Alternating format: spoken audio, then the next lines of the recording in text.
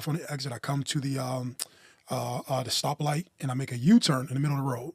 So when I make the U-turn, there was a Home Depot parking lot, and there was a police officer sitting there. Oh. Make the U-turn. I have an AK-47 on the passenger side, right? I'm out on bond. And as he comes up to me, I start thinking about this episode from Cops, right? I have no fucking clue why. Bad boy. Yeah. So I'm thinking about myself. When he walks up, I'm going to pull off. And from there, I get away. So he walks up on the other gentleman, still a good friend today still a good friend to me today.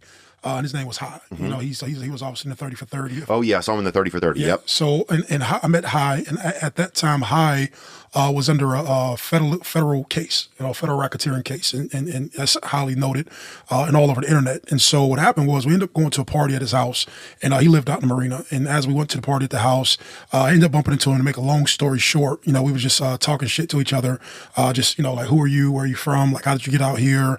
We ended up partying some more that night, and then he was just like, yo, like, you're kind of from Ohio, you've landed in LA, you don't know anybody out here, like, hook up with me, like, let me help you get your shit together. Mm-hmm. And I don't really understand, like, even how it happened, even when I look back now, but it was like one of the best and worst things that happened to me. The best because I got a friend and a brother for life. Like, that was guaranteed. There was also like a cool deal of just me getting exposed to other people who are successful outside of athletics. Okay, right. You got in the in crowd. Yeah, so I never knew somebody. So they own a shit ton of real estate, probably a couple $1 billion worth of real estate. And I could just remember thinking to myself, I'm like, how the fuck are these people so rich? Right. As naive as it sounds, at 19, 20 years old, I'd never seen somebody who had money outside of athletes. I couldn't even conceive of people being like that massively successful. And so what ended up happening was that he was under a racketeering case, at that time, and he was getting ready to go to trial, like maybe that next summer. Right. And so every day he would get up at 8 in the morning, and he would have his curfew at 11, but he thought he was going to prison for a long time. So it was all about living life to the fullest. Right. Okay. And you were on that wave. And I happened to be a part of the boat. Wow. So I'm out here trying to semi-train for football, nothing really serious. And I'm also around him every day because this is the only person I know, right? So we're talking about a guy who has 3 or 4 fucking Bentleys, a fucking house in Beverly Hills, a house in fucking by the beach. And just seeing that as a young man, it really, I could imagine probably in your scenario, I don't know if it could help that much. Bro, seeing all that, But it makes it worse. And I got to say this, one of the worst things that can happen is that you get into a vehicle or you get around people who are super successful and you lose sight that this is their success. You're just living in it. Yeah. You know what I'm saying? Oh, yeah. And so the hunger for me to want to become something had faded because I thought I made it. Yeah. And 19, 20 years old, you're not processing like this is their shit. Right. You know what I'm saying? But you're having sex with beautiful women, because there's a lot of beautiful, insecure women out here. Right? Oh, yeah. It's the sex belt out here, man. It's the sex belt. Think about this. You have a Mercedes. I got a 2004-5 Mercedes 604 in my garage. It's 2004. You have a 745 out here. It's brand new cars. You're living in the marina. Yeah. You got money in your pocket. You're partying every day. You got goldfish made up. I ended up getting caught for that, and I was out on bond. But January 2006 to August when I got arrested, I was just out of my fucking mind. And, I'm committing more crimes because I have no money. My lady's pregnant at this time. Her daughter's getting ready to be born. And I'm like, you're going to the penitentiary. And it's like The Perfect Storm. You ever seen that movie, The Perfect Storm, with the Andrea Gale? No. And it's like the ship and everything. The ship, it's like it starts off as a great plan, and the next thing you know, it's just trying to catch shrimp, and it's in the middle of like 9 tidal waves and a typhoon. And you could probably call it that. Yeah, it just seemed like I can't even imagine that at 21. At 21, so just 21. Imagine having everything at the height of your life. You lose everything. Put this in context, right? After you lose everything, every decision that you make is fucking retarded. Yeah. When you fucking think about it, excuse my language, but it's stupid. Yeah. And you fast forward. Yeah, everyone's ignorant at 21. Yes. Especially people that, that if you don't have certain guidance or you're not really connected to the whatever guidance you have, I think that's good. You're not connected to the guidance you have. I think that was, that would accurately describe me. And from there, 9 months later, I ended up going to get caught. I came down to Columbus. This is a real story. I tried to tell it to ESPN, but they didn't include it.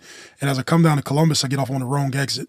This is about 3 a.m. As I get off on the exit, I come to the stoplight, and I make a U-turn in the middle of the road.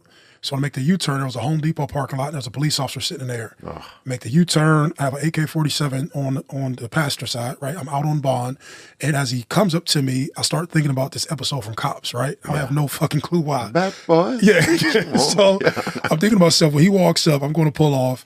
And from there, I get away. So he walks up in the car, and literally I could see when he looked on the passenger side, he see the fucking rifle. So he's like nervous as shit. I fucking speed off. He's running back to his car, and I'm coming over this on this bridge on this thing called Bryce Road.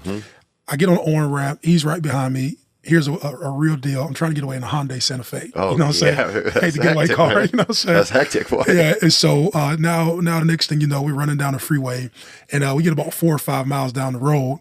And as I get further down the road, I'm not from Louisiana. I'm from Youngstown, right? Yeah. We have fucking like buildings and shit. I start to see the woods, right? And so I'm thinking to myself, like, brothers don't do no woods, right? Yeah, that's dangerous. A lot of brothers end in the woods. That's where it ends. Yeah. Even on Cops, that's where Cops ends. Yeah. Every time it's in the woods. Absolutely. So let me turn my ass around. So I turn my ass around, and next thing you know, they had the fucking spike strips they throw out. They bust the tires. That's a cop out, bro. If I'm a real cop, dude, get out there and shoot somebody. No. Don't lay the strips down. You know what I'm saying, bro? That's easy. That's like when they hire a dog to do the cop's job. Get out there and get your neck wet. Yeah. You know? Well, when they got me, they caught You hit the strips? Yeah, I hit the strips. So it's like when they throw them, hopefully you never be in a situation you got to run. Those fucking strips are like probably 40 yards long, man. Oh, wow. You throw them out there, probably 20. I would say a legitimate 20 yards. They throw them out there, and you can't even swerve to get around them. And they busted the tires.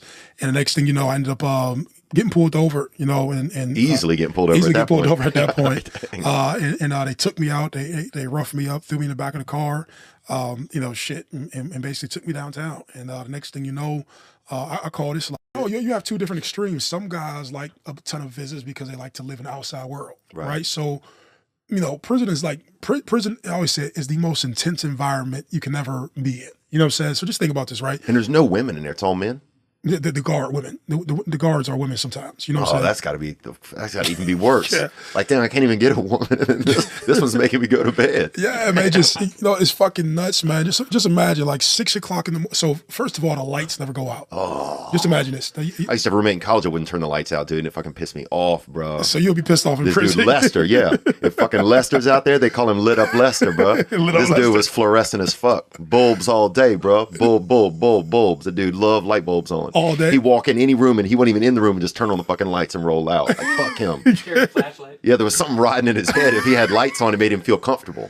So he would cut them on everywhere he went, man. And fuck you, Lester, bro. Sorry. I mean, he's a nice kid, but he wasted a lot of money around America with all this wattage. Lights, yeah. Erroneous wattage, bro. Well, prison is wasting a lot of money. And they keep the fucking lights on all day. But just could you imagine 6 in, you have to be like it's game day every day? It's fucking nuts, bro. You know what I'm saying?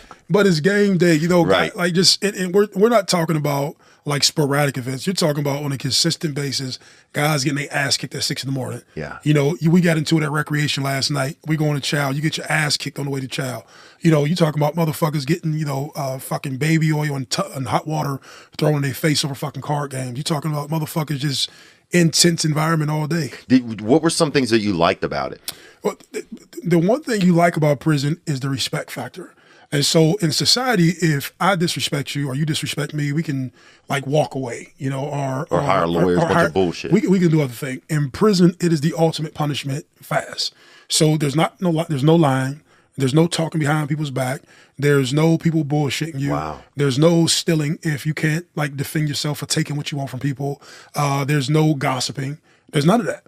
And everything has a serious demeanor. People in prison literally don't look at each other, right? So I can remember like for 4 years walking through prison, like you don't look at people. Because you don't want to show your cards. Your cards are in your eyes. If we don't talk to each other, we don't have no business with each other. We don't need to look at each other. We don't need to speak to each other. So there's a sense of organization in prison. That's fascinating. There's a sense of discipline within the element or within the environment, right?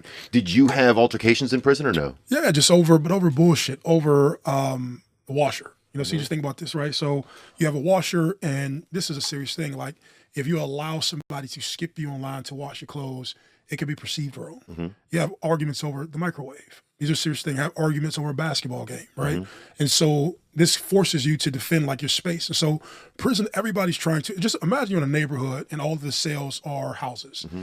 Everybody's trying to stake claim as to who they are. Omaha, aside from playing football. When I was in prison, I had read so much from Warren Buffett, fucking shit tons of information. When I went to Omaha, I knew Warren Buffett was out there and things like that, right? So our coach ended up being this guy by the name of Joe Moglia. Joe Moglia had made probably $400 million. He ended up leaving as the active CEO of TD Ameritrade. He ended up becoming the chairman of the board. So out of all things he wanted to do, he wanted to get back into coaching football. He ended up coming back to be the head coach of our team. So every Wednesday, he would tell guys like, hey, if you have anything that you want to ask financially, come and meet me on Wednesdays. Wow. Out of everybody, only 2 of us showed up, right? Every week.